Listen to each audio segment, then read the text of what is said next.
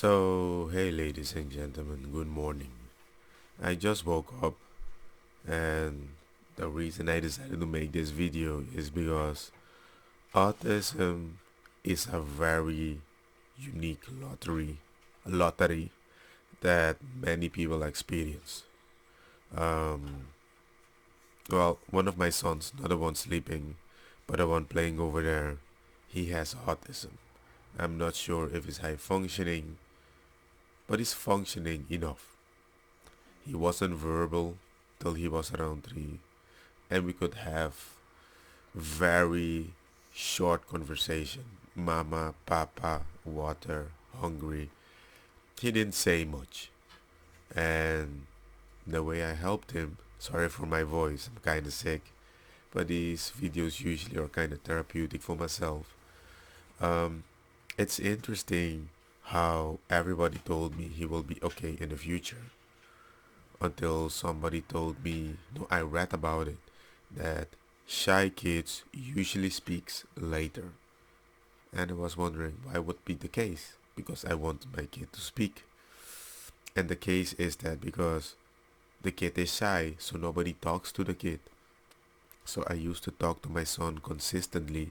Even if he didn't respond, I just tell him what I see, pim pam boom.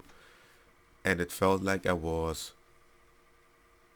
pu- taking a wet cotton, trying to wet it, but it didn't get wet.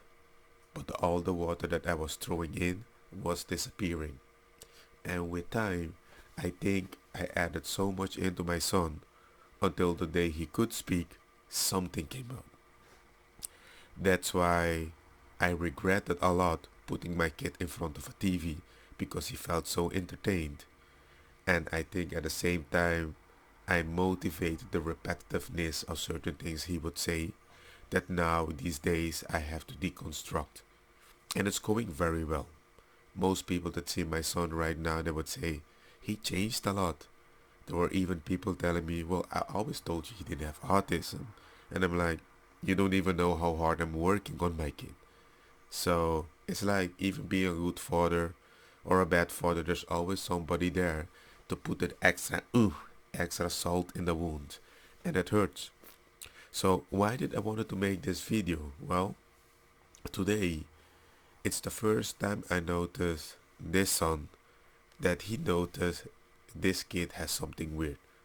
It was another girl in the metro that did have autism, and she was very uniquely nonverbal in the way she did speak, but she was angry, frustrated, crying.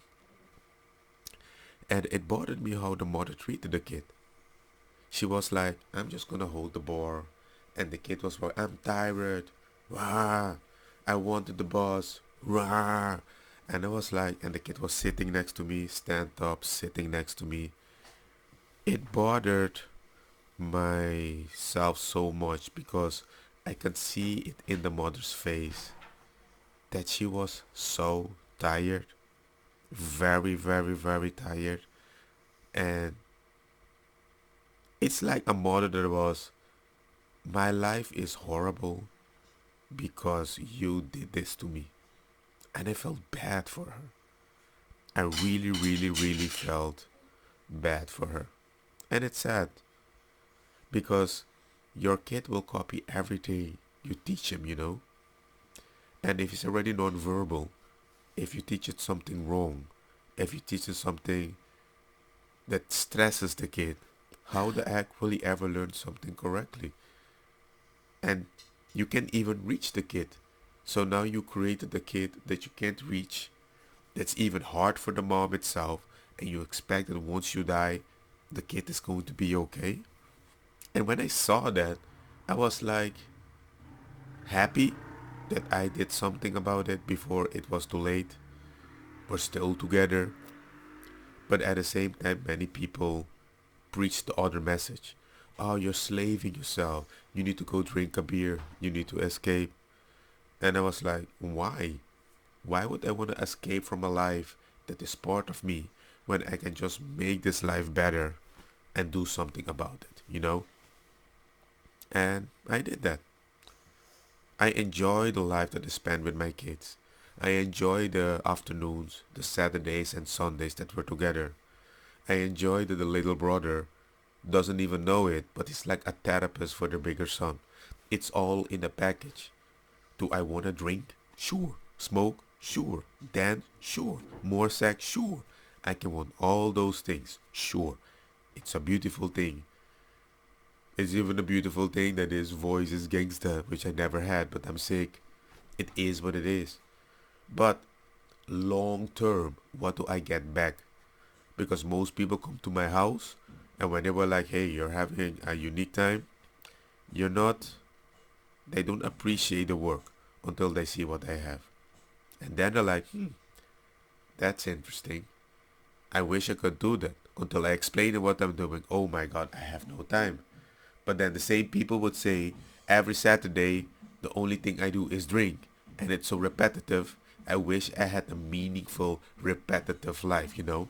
Once you reach 40, you start thinking very different about life. And sometimes if you invest it correctly, you would be at a good place. I am. I got my wife. I got my kids playing the drum. Yeah, he plays the drum very good. Very, very, very good. And going to school, everything is chill. But it's just that I saw that mother. I was like, I regret your decision. But you make me happy because you're showing me what I could have experienced if I was just like you. And it's sad, man. I'm glad I'm still with my wife, that we work as a team. Sí, mamá fue a sacar a Kim. Porque tiene que sacar a Kim. But anyway, as people are waking up, and this little guy wants me to help him paint Sonic and all those stuff, I just wanted to let you know that, hey, autism or not, it's all about the investment in your kid. And I've seen the horrible side as being a parent, which I can compare with the decisions that I've made. And trust me, all the investment that seems very hard in the beginning, in the future, you're going to reap something that everybody's going to say, you're just lucky. You're just very, very, very lucky. It feels disrespectful, but all I can say is, to each their own. Hope this was an interesting story, and let me know what you think. Peace. I'm sick. Uh oh.